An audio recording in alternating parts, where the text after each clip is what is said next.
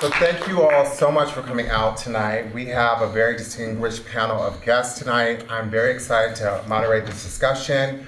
As we are having this discussion, please think about your questions that you have for these panelists. I know that some of you would like to go into your professions professionally, and this is a great way to ask questions and get more information. So to my immediate right, we have Kristen Palladino. Kristen Palladino is an industry-celebrated casting director and founder of Palladino Casting.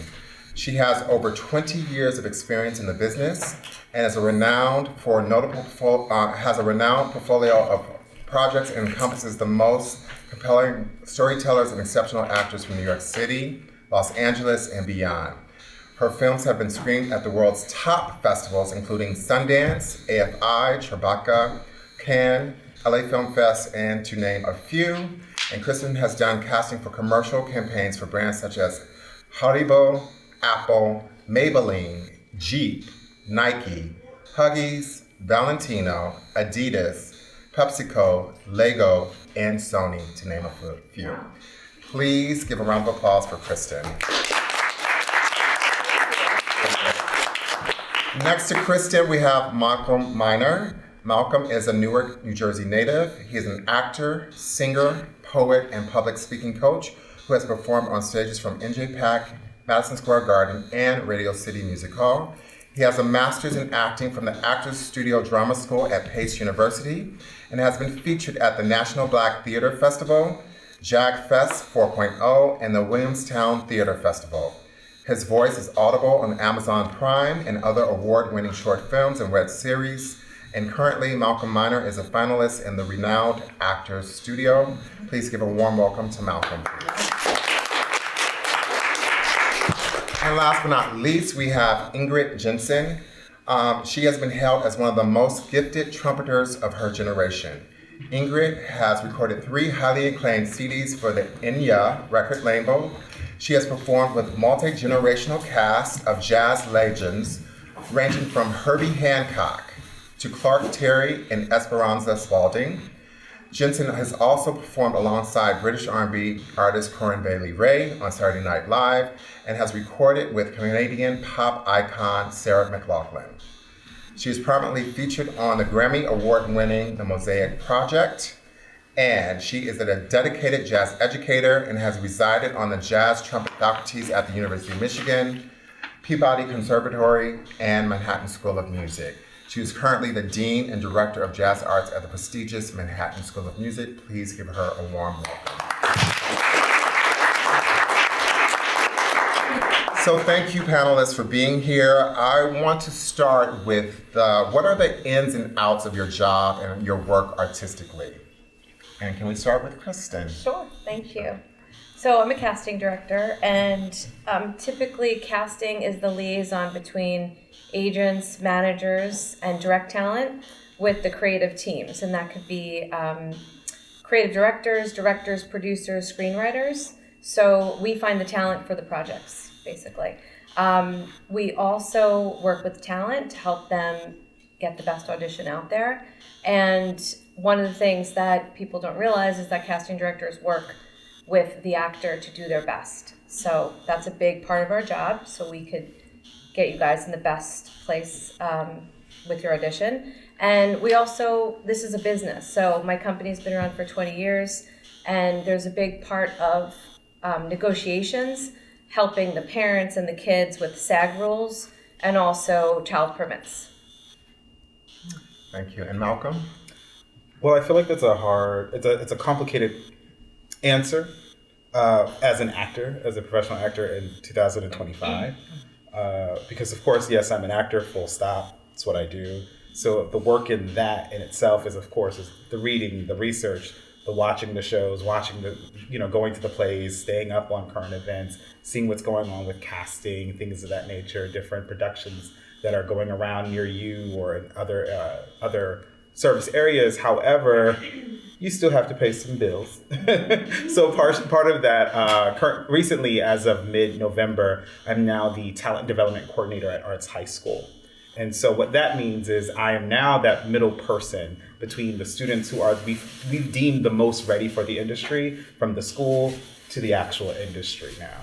And so that's part of my job. I assist with students when they do get ready for their college auditions, as well as if we do have students who are currently professionally working, assisting them with their regular auditions, as well as putting them on film sets and getting them in the room for our art exhibitions, whatever that may be. That is my job on a day-to-day as an actor and as an actual professional. So, yeah. Cool.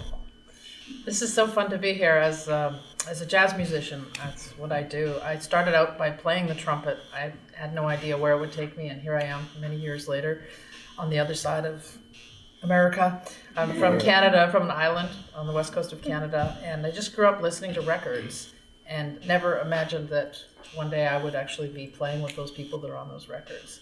And so many of my idols, I was really lucky. I came up at a time when a lot of the legends were still around, between 60 and 80 years old, and so I was mentored by many of my heroes, which was a real gift. So fast forward, that kind of puts me in this position I'm in right now, where I oversee 50 faculty and 150 students, and I program 28 ensembles and 5 concerts a year, and bring in 15 guest artists and balance it all like a super juggler, and hope that everyone gets the benefit of that experience of being in a school, in an institution.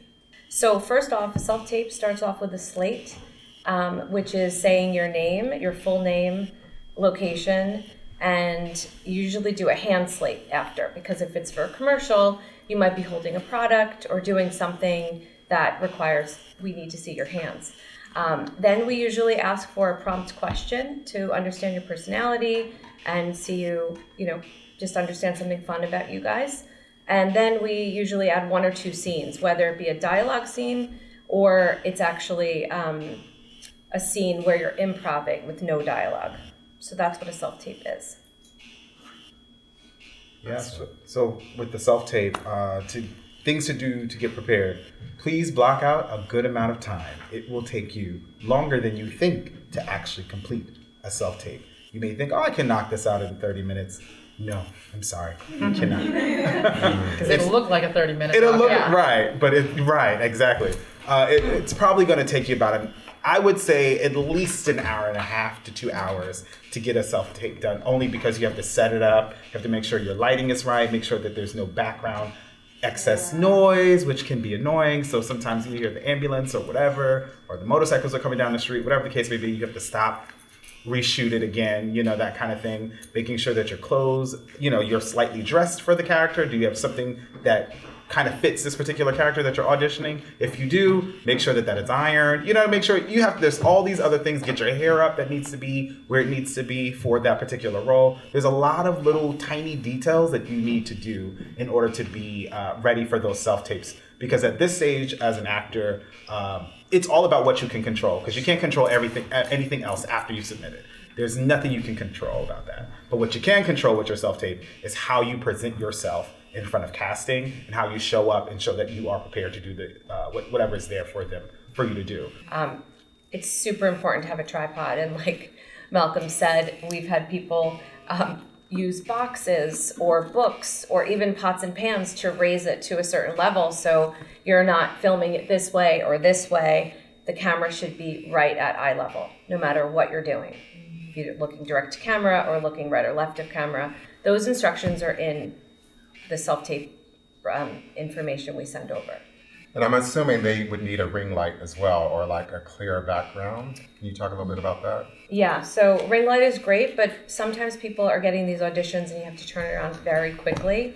You might not have that ring light on you. So a lot of the times, just have natural light, from outside and utilize that. Or one of the tricks is your computer light. So just make sure all the light is up on the computer and use that as your light. Like if it's at nighttime or you're in a house with a bunch of people or anything, like you don't have access to that. We've had people do auditions in Starbucks on a rooftop. There's so many different places, but you just have to make sure that you're sending it in properly with sound, lighting, tripod, have a friend hold it up, but those are some tips and tricks. I'm specifically speaking from how to audition to get placement into a program, right? Such as a university or college program, or maybe even a high school, but most likely a college program. So all the specs are on the website. That's the first answer, is you have to look and read carefully and get all the details and make sure you do what they are asking of you for, first of all, the video, audio pre-screen. When you talk about the difference between a tape and then an in-live person audition, like what is the difference between those two? Because the way you present to the camera may be very different than the way you present to a live audience. I'll start really quickly. They're completely different. I mean, the video audition, audio video, make sure there's a good balance, make sure we can see you. If you play a trumpet, we kind of want to see that it's on your face and you're playing the trumpet, or a keyboard, we want to see your hands, not just your face. So full view of your craft you are presenting, obviously. And then on the flip side, when you come into a live audition, to be dressed nicely, address the band, address the panel, and treat it like it's a gig, but it's a really important gig. And we're going to get into some of the other stuff eventually about what I really feel is most important, is to just be yourself. Everyone says that, just be yourself. Easier said than done, right? Yeah. So I'd like to talk about those things as we dig deeper. Also, I would like to find out more about Malcolm. You said you're at Arts High School. What is the process of getting into Arts High School? What is that process like? From what I have seen from the process, it is simple. Like you have done with all the other high schools, you do apply on North Board of Education, North Enrolls. One thing that I have learned from admissions is that make sure that you highlight that that's your number one choice. So if you do pass through the preliminary audition and you go to the callback and the interview with your parent, that when it's time to make those big decisions, if they can see that that's number one on your list, you're more likely to probably get in than someone who puts it as like, well, maybe it's number 3 on my list, and they may not visit you first when they're making those tough decisions. So that is a big key thing that I have learned about admissions for you, at least when it comes to Arts High School. So I love it. And then for Kristen, can you talk about how self-tapes have evolved over the past 10 years? New technologies for sure. The actors have the creative freedom to actually, like I mentioned earlier, be your own director. So you are able to, decide on the edits, the cuts, take all the time you want, if you have that time, to send in a self-tape to us. And also we have expanded our work nationally and internationally.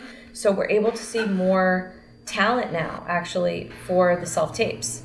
So before it would be like a 10 to 5 day, and we could only fit in talent between, 10-minute windows that only gives a certain amount of people. Now we're sending out to multiple places, locations, and allowing a lot of actors to get that opportunity to submit to us.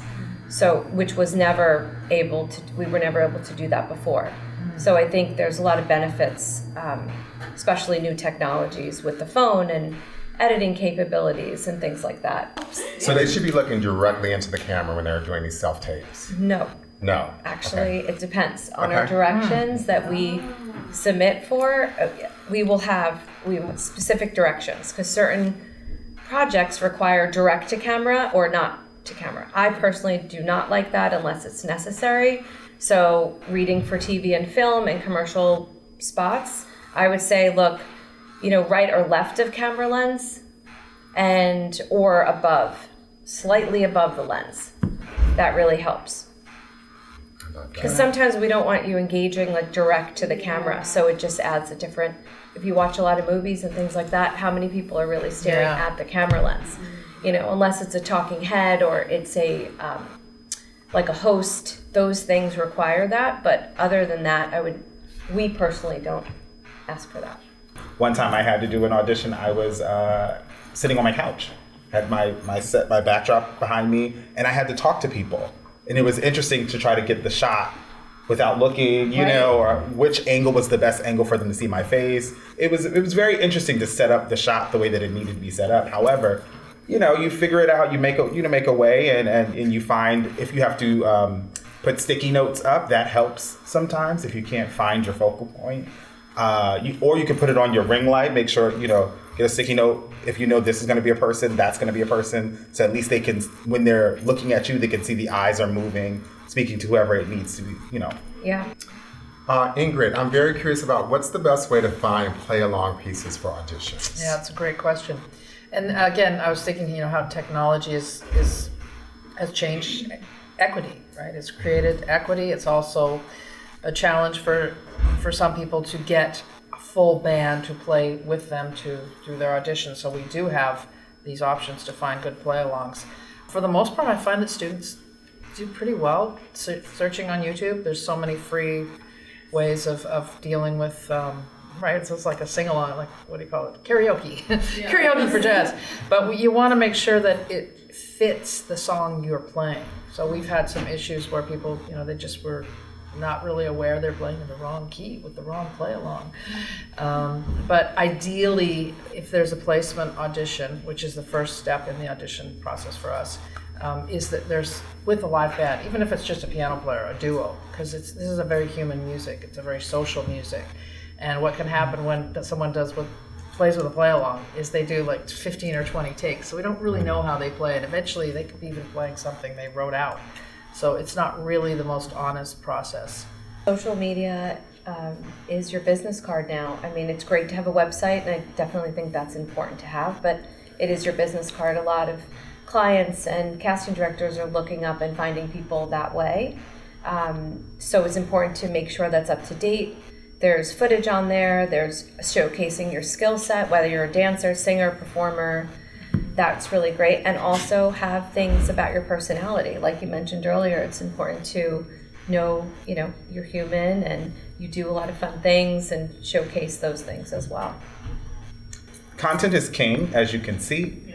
And content is definitely going to be the thing that pushes you forward. At least content on your life, what you're doing, your personality, like Kristen said, as well as putting up information like, just rehearsing today. Maybe there's a sound clip of you rehearsing for your musical or whatever, learning these lines today, or going to the audition, or whatever the case may be. Showing us that you are that thing helps people know, okay, that is an actor, that is a singer, that is a creator, whatever that is. Also, it's really important to see that you look like yourself.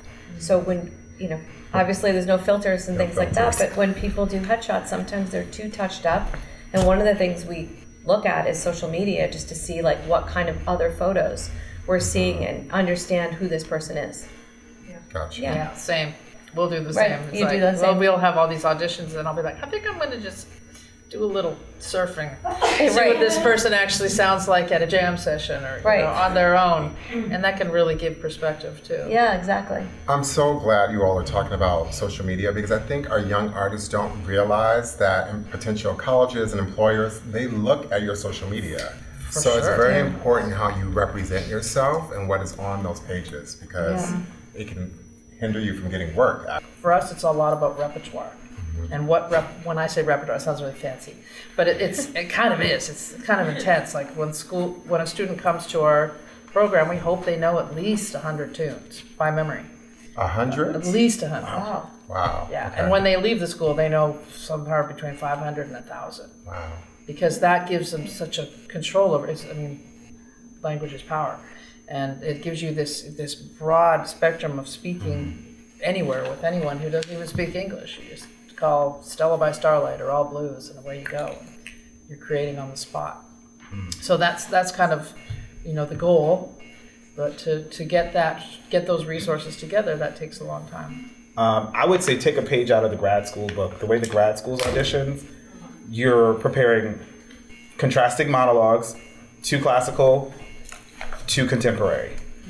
They usually, you can find the timeline of what we mean by contemporary, what we mean by classical, but you having that arsenal of 4 monologues ready to go, fully flushed out, crisp and everything, is the best thing that you can do. But we also need, again, to understand who we are applying for. Like, what are we applying for? What school and why?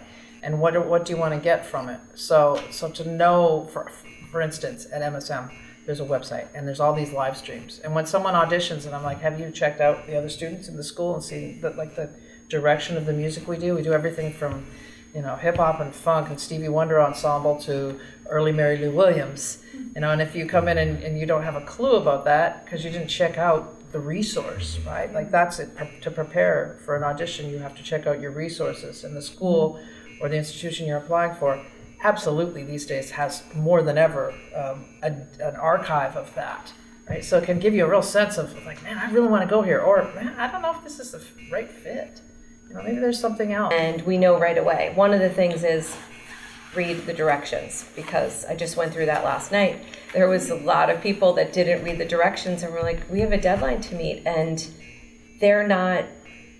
this is not what we need, so we can't submit them. Like they didn't follow anything.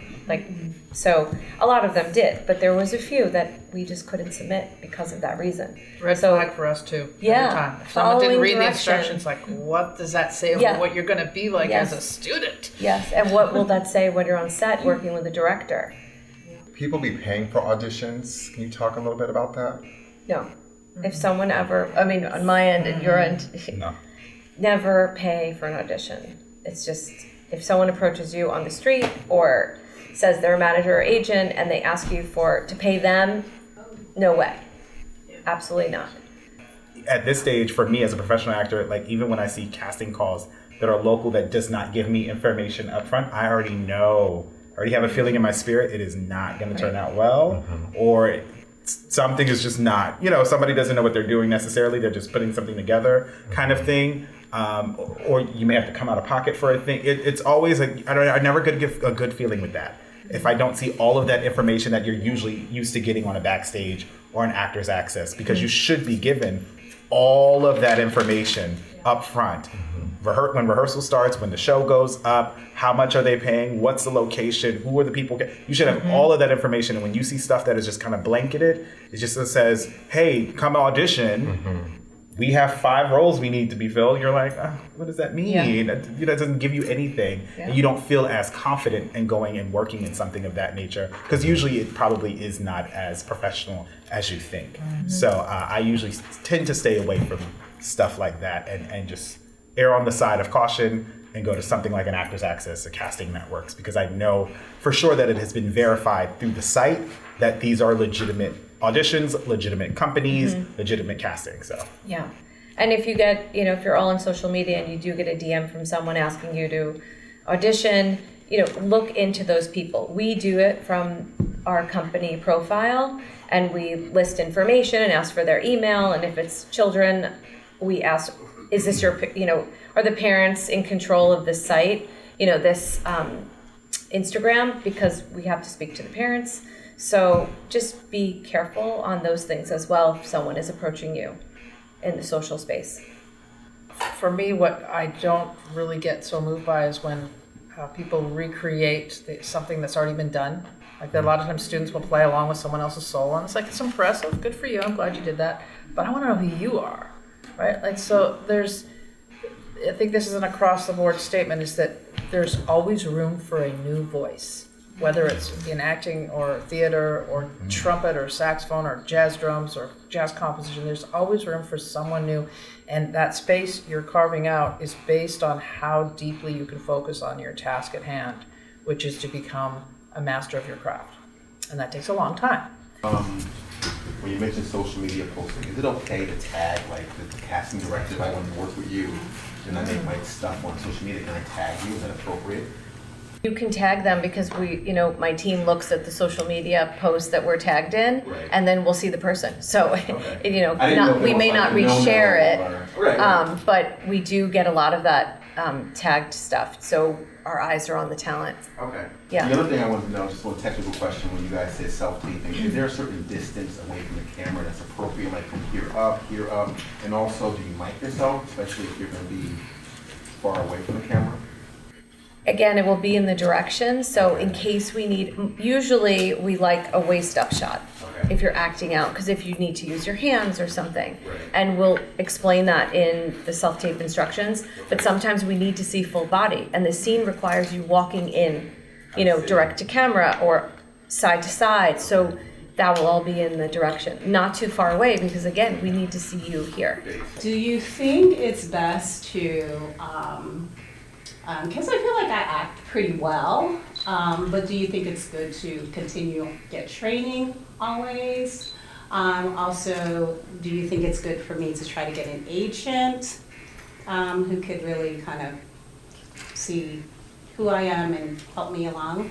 I do acting, vocal, and I love photography, so that's where I'm at now.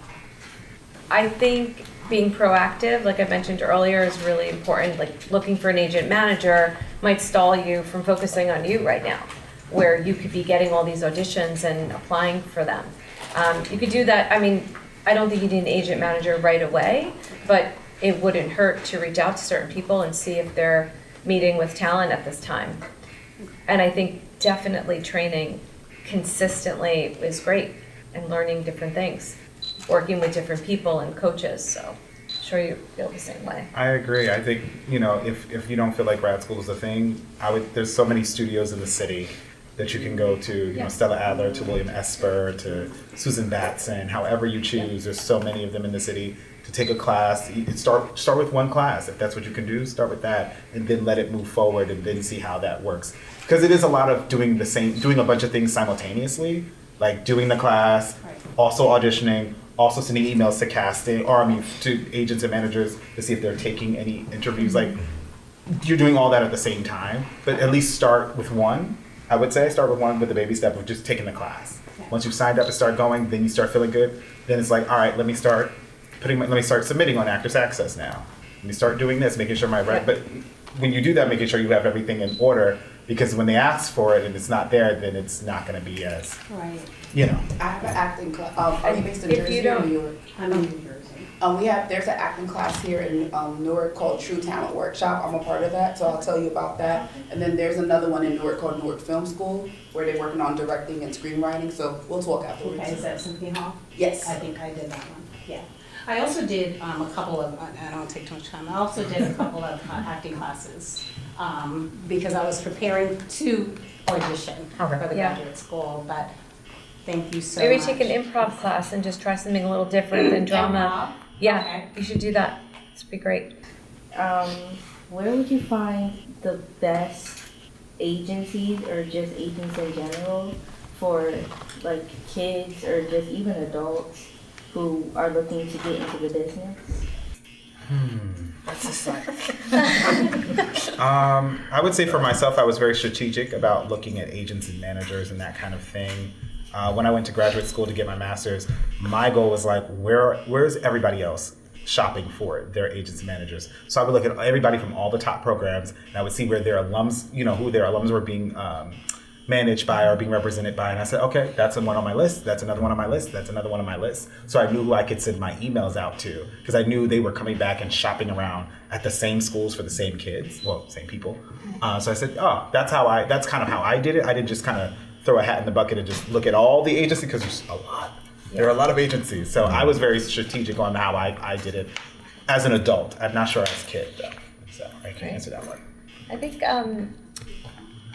Backstage, Breakdown Services, Casting Networks, they have a lot of articles there that maybe you can look into, and there might be an agent or manager did an interview, so you can find out a little bit more information about them. But there are lists out there. I mean, definitely doing research is extremely important, and looking for an agent and manager, it's not just like that they want you, you have to want them as well. So it's an interview both ways. That's how I feel. Yeah.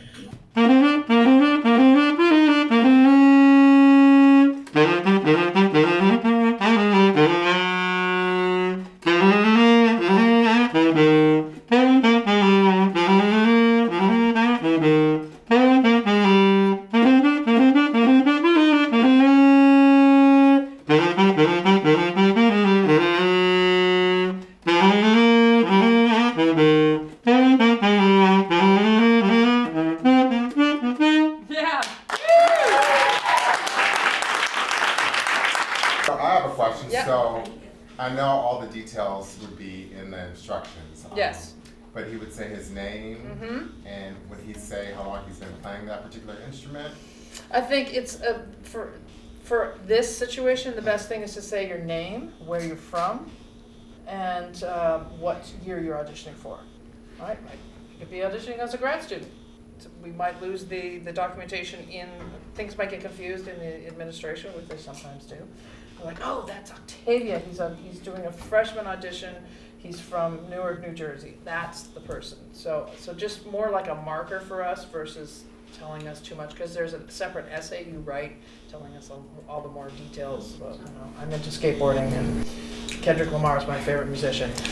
We want to know these things. So, yeah, do you have any questions for me?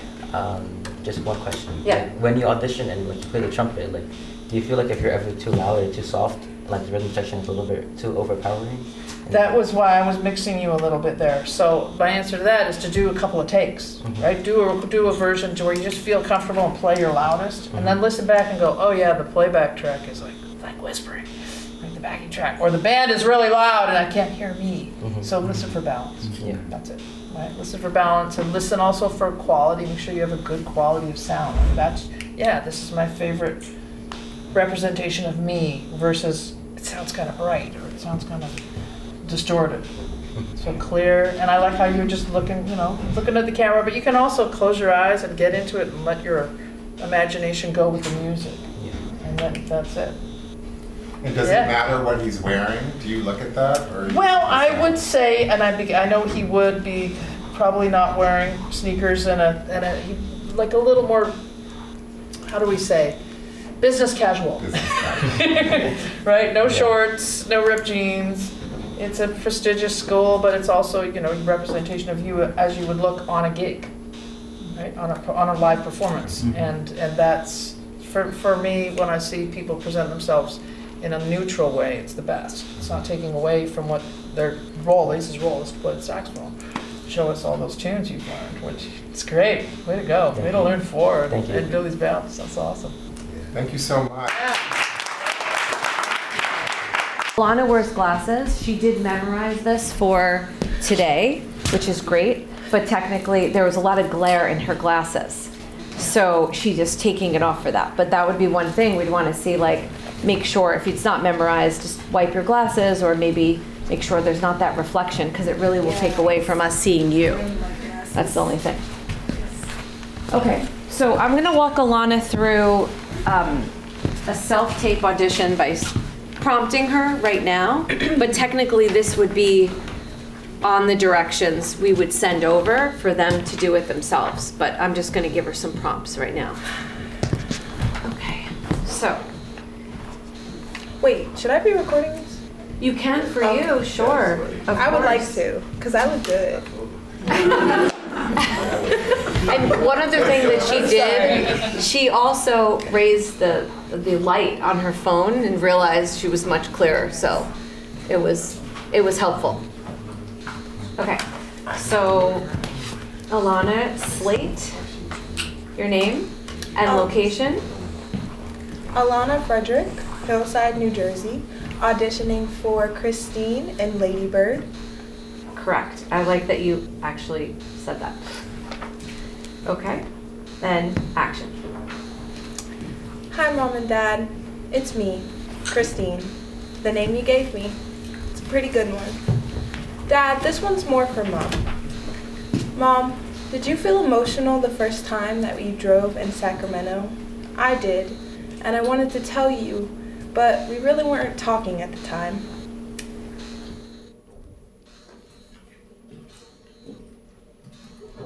When it happened. Sorry. It's okay. We really weren't talking when it happened. All those bends, all those stores, the whole thing. I wanted to tell you. I love you. Thank you. Thank you. So I'm going to make some adjustments. First off, hands out of your pockets. Loosen up. So we just went through that and we want you relaxed. So don't be nervous because you're doing a great job. It's important to, and also you're supposed to be home recording, so no one's around you right now, right? So think about that. Don't fidget with your hands in anything. So why don't you just do like a big shoulder shrug and can you just like shake it out? Like shake your whole body out. Exactly. No. This is important for you to get in that space that you're relaxed, okay? So shake it out. Let's try it again. Do you want to hold it and read it through once? Yeah. Would you like to do that? Okay. Because again, if she's home and she's self-taping, we had some tips we spoke about earlier, where you can actually put the sides onto your ring light. You can read off your computer. There's different ways. You had a teleprompter. There's different, you want to get to the callback, right? So this is all helpful. Can I also ask a question? Alana, right? Who were you talking to? My mom and my dad. And where was mom and dad? They're on the phone. Ah. I'm in a church. Well, was that clear? No. Good point. Because I was watching, I was like, so who's she talking to though? Yeah. Uh-huh. I got you. Thank you. Okay. Sorry. I was a little nervous. And also, you're looking, you're on the phone and she's not looking into the camera. She's on her phone, like, not pacing in the scene, but she's just looking around. She's outdoors. And I don't feel that from this right now. Okay. Okay? So just, let's take it my again. gosh. Do you want it up and down? It's not the same. Okay. Yeah, I wait so that you can drop it. exactly. So do I start from Slate again? You can, because I just want you to be repetitive with it and everything. Alana Frederick. Wait, are you gonna hold it this time to run it through, or do you still wanna take a minute to look? I'll just take a minute to look at it one Yeah. more time, and then I think I should be good. Okay, great. So we already see there's potential here, so that's why we're working with her as a casting director. If she was in the room, these are exactly the things I would tell her. Take your hands out of the pocket. We wouldn't just say, okay, leave. We would work with the actor to make sure they're, doing this properly and getting the best opportunity that they can. I would say as a videographer, I would also pause and then start a new segment. Oh, I did for the video. Great tip. Thank you. Everybody's Teamwork here. Team. Okay. Okay. And action. Alana Frederick, Hillside, New Jersey. So wait, we're gonna stop and pause for a second. When you're slating, you're actually looking into the lens. Okay. Because we're looking at you, you slate by looking in the camera. Okay. And then sometimes a slate is either continuous or it stops and then you send it as a separate. So your slate is in a separate one or you can do it. And usually in film and television, we like an end slate because we want to feel like we just turned on the television and we're in the scene with you. Yeah, commercials tend to be the top of the slate first in the beginning. Okay. Okay. Ready? And action. Alana Frederick, auditioning for Lady Bird, Christine. Stay connected to the camera Okay. because your eyes went up. So if I'm looking at you, I'm like, I don't know, she's not into this. Okay. Okay, so that's your slate. Pause, even stop camera. So you're doing this at home. Slate yourself and then hit on again and go into the scene. Okay? So I'll prompt you by saying slate. Maybe that's a little bit easier. Okay. Okay? Slate. Alana Frederick, Hillside, New Jersey, auditioning for Christine and Lady Bird. Great. Now pause it or stop it. Okay? Now you're in scene, right? So I'm going to call action and we'll begin. Okay. Okay? And action. Hey, Mom and Dad, it's me, Christine. The name you gave me. It's a pretty good one. Dad, this one's more for Mom. Hey, Mom, did you feel emotional the first time that you drove in Sacramento? I did, and I wanted to tell you, but we weren't really talking when it happened. All my life, I remember all the bends and the stores and the whole thing. I wanted to tell you, I love you. Thank you. Thank you. And cut. Great.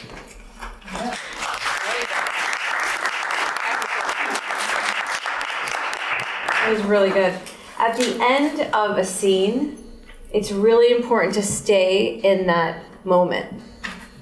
So if she's self-taping at home, she could actually cut it in a way, because if you look back at the camera, you're out of the scene, and we don't love that. So, and if you record it on your own and do it, you're gonna see there's such a difference. Okay. Of how you feel when you're watching someone do a scene. Okay. So stay in that moment and then hit stop and then go back and edit that awkward part out at the end. That's a good tip. Question. Yes. Should they personalize the end of it, say thank you for this opportunity, or is that too No. kissing? No, I get it. No, but if you're in person, it's really good to say that. If we're in person and we're working through this, you definitely say that. But at the end, it's just, we want you like as that character in the scene. Yes. Can I also add food for thought? Don't forget to hit those beautiful beats that are in there, right? She's having the conversation on the phone. So, yeah, it's me again, the name you gave me. So, just calling to tell you that blah, blah, blah, blah, blah, blah, blah, right? You have all these beautiful gems that you can use within there. And you maybe even at the end, you can get a little creative, because at the end of the day, what a lot of us actors like to do to try to leave an impression for casting. I don't know if it works all the time, you could say. But what we try to do is that we try to be so different. We try to do like a little thing that we want casting to remember us. And so maybe, can I see the phone? So maybe, you're right. It's your phone. You're absolutely correct. It is totally my phone. So instead of like, okay, Mom, all right, well, have a great day. Maybe you could have, I don't know, maybe a thought could have been another choice. Oh, okay, well, I'll see you guys later. Right. Thanks. Right, and that gives a moment where you can, right, and then they can see all of that if it calls for that, but like it could just give another little notch. To be like, oh, I hope they remember that little thing I did. I don't know. Yeah. It can work, it cannot work. More organic and more natural too. So Yes. that's what we do.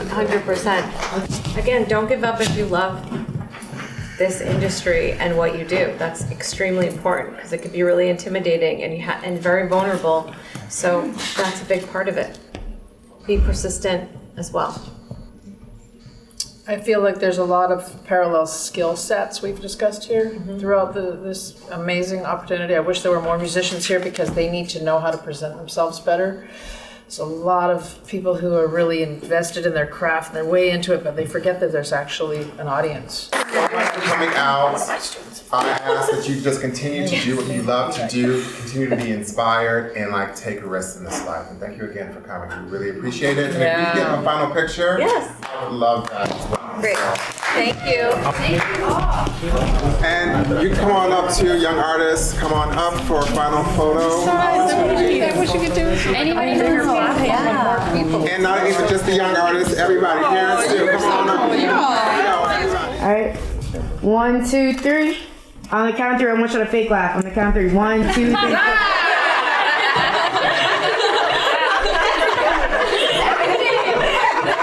right, now I'm gonna just take a natural light one and then we're gonna be set, okay? Okay.